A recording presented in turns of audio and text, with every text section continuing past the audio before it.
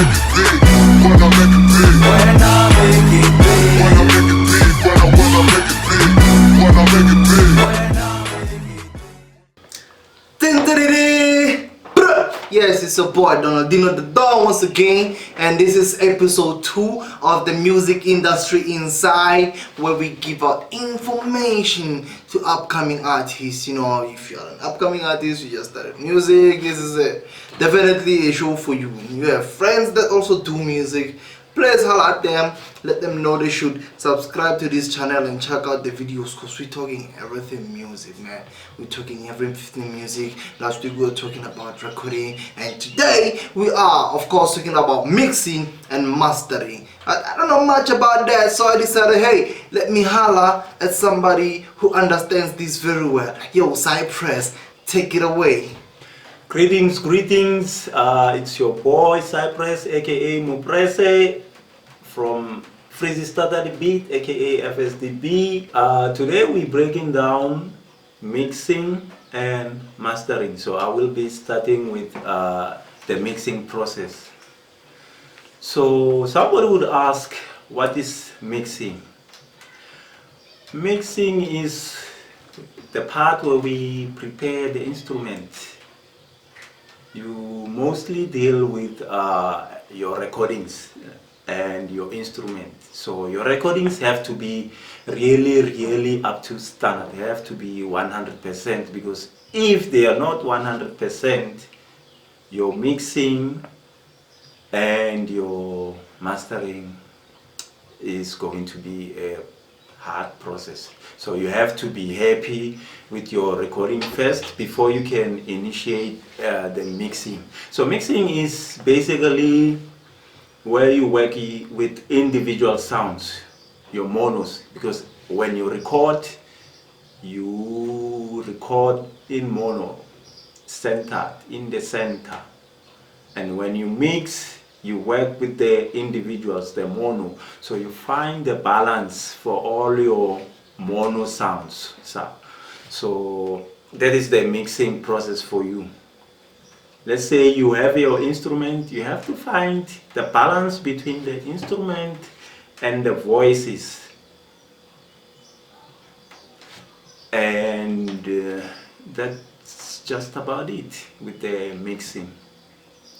Now, if you move on to mastering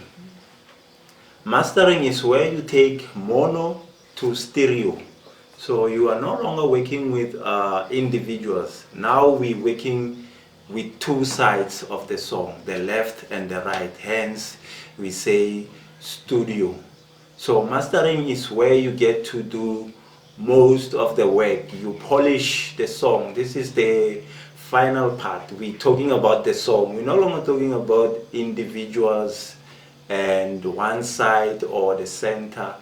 Now we're picking sides. Something has to go to the left, something has to go to the right, something has to be centered. The voice has to be clean, sparkling, and all that. That is the mastering process.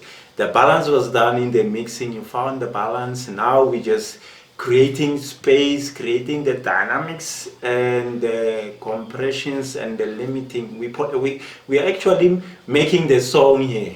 This is where we make the song.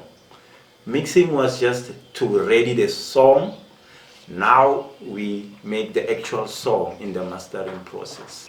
Okay, now we're moving on to the differences between a home mix and master and a semi or professional mix and master.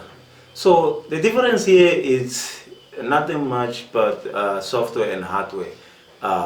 Mostly home users rely on their software to do most of their production, and then your semi-pro rely mostly on your hardware. So here it's all about having a good ear, patience, and really focusing on what you're really doing.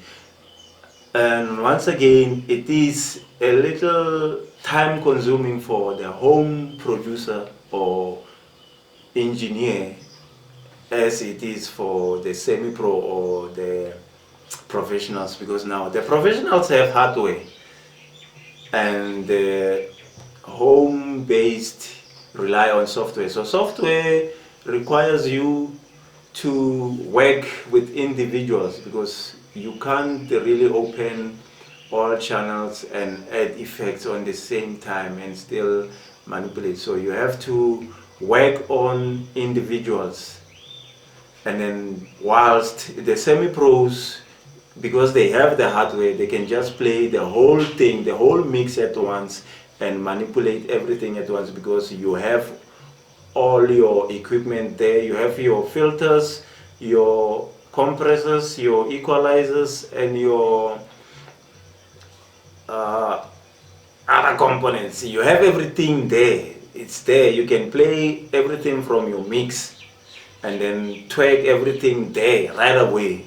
But then the home one, you have to keep doing the individuals, and when you're done with the individuals, you play everything together. Then you have to really focus your energy and pick out anything funny. Maybe you compress too much, maybe you over limited, maybe your studio enhancement is a bit narrow, or maybe it's too wide. So you have to go back to that individual aspect and adjust it. So that is the difference. With the hardware, you can work with everything at once, and with the software, you have to still keep it to individuals and then come back and play the whole thing together. If you feel the mastering process is too much for you, you can outsource, because this is your song, this is the make or break phase, so you don't want to be taking chances. So if you feel it's too much, maybe outsource to a dedicated engineer that deals with mastering or mixing, or you can try an app. Yes, an app.